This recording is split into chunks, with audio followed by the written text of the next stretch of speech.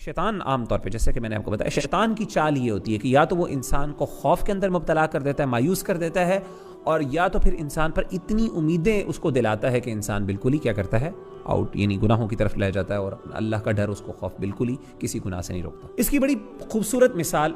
سورۃ یوسف میں ہے، بڑی زبردست مثال، آپ ذرا غور کریں اس مثال پر۔ سیدنا یوسف علیہ السلام کے جو بھائی تھے، جب انہوں نے حضرت یوسف علیہ السلام کو مارنے کا پلان بنایا، ان کے خلاف ایک سازش کی، تو آپس میں مشورہ کرتے ہوئے انہوں نے ایک دوسرے کو کہا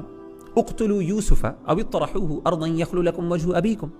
کہ ایسا کرو کہ یوسف علیہ السلام کو قتل کر دو، یا پھر ان کو ایک ایسی زمین پہ، ایسی دور علاقے میں پھینک دو، یخل لکم، جہاں سے وہ واپس نہ آ سکیں، یخل لکم وجہ ابیکم، تمہارے والد صاحب کی جو ساری اٹینشن ہے وہ تمہیں مل جائے گی، وتکونوا من بعدہ قوما صالحین۔ جو غور طلب بات یہ ہے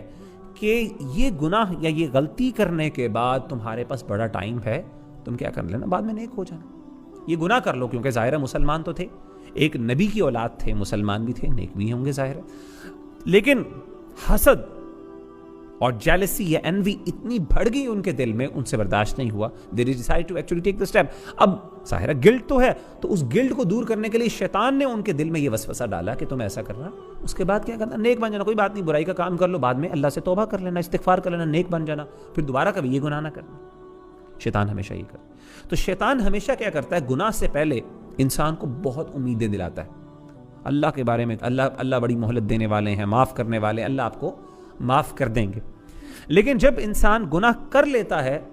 تو کیا تب بھی انسان کی یہ امید باقی رہتی ہے؟ تب انسان کی امید باقی نہیں رہتی، بلکہ انسان کو پھر مایوسی کی طرف لے آتا ہے، پھر کہتا ہے کہ یار تم نے تو اتنا بڑا گناہ کر لیا، اللہ تمہیں معاف نہیں کرنے والے، یہ تو اتنا بڑا گناہ ہے، یہ تو تمہاری زندگی تباہ ہو گئی، ختم ہو گئی، اب تم دوبارہ کر لو، کوئی فرق نہیں پڑتا، کرو یا نہ کرو ایک ہی بات ہے، تو انسان پھر دوبارہ اس گناہ میں پڑ جاتا ہے۔ حالانکہ ہونا اپوزٹ چاہیے، ہونا کیا چاہیے، ایک انسان کو چاہیے کہ وہ گناہ کرنے سے پہلے اس کے دل میں خوف بہت زیادہ ہو، اس کا رجحان خوف کی طرف ہو، انکلینیشن خوف کی طرف زیادہ ہو۔ کیسے زیادہ ہو؟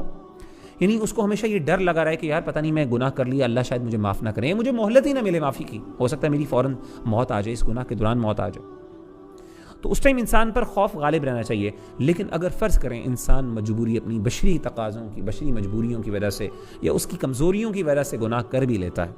ایز اے ہیومن بینگ، تو پھر انسان کو اللہ سے مایوس نہیں ہونا چاہیے، بلکہ پھر انسان پر امید غالب رہنی چاہیے، اور اس کو چاہیے کہ وہ اللہ سے سچی توبہ کرے۔ بعض سچویشنز ایسی ہوتی ہیں جس کے اندر آپ کو یعنی جیسے کہ میں نے آپ کو مثال دی گناہوں کی، جب انسان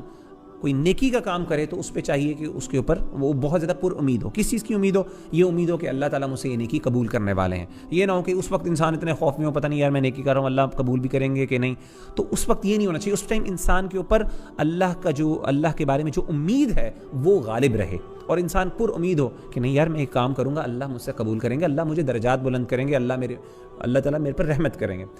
اور جب گناہ کرنے لگے تو پھر کیا کرے؟ پھر انسان پر خوف غالب ہونا چاہیے کہ پتہ نہیں شاید مجھے توبہ کا موقع ملے، یا توفیق ملے یا نہ ملے۔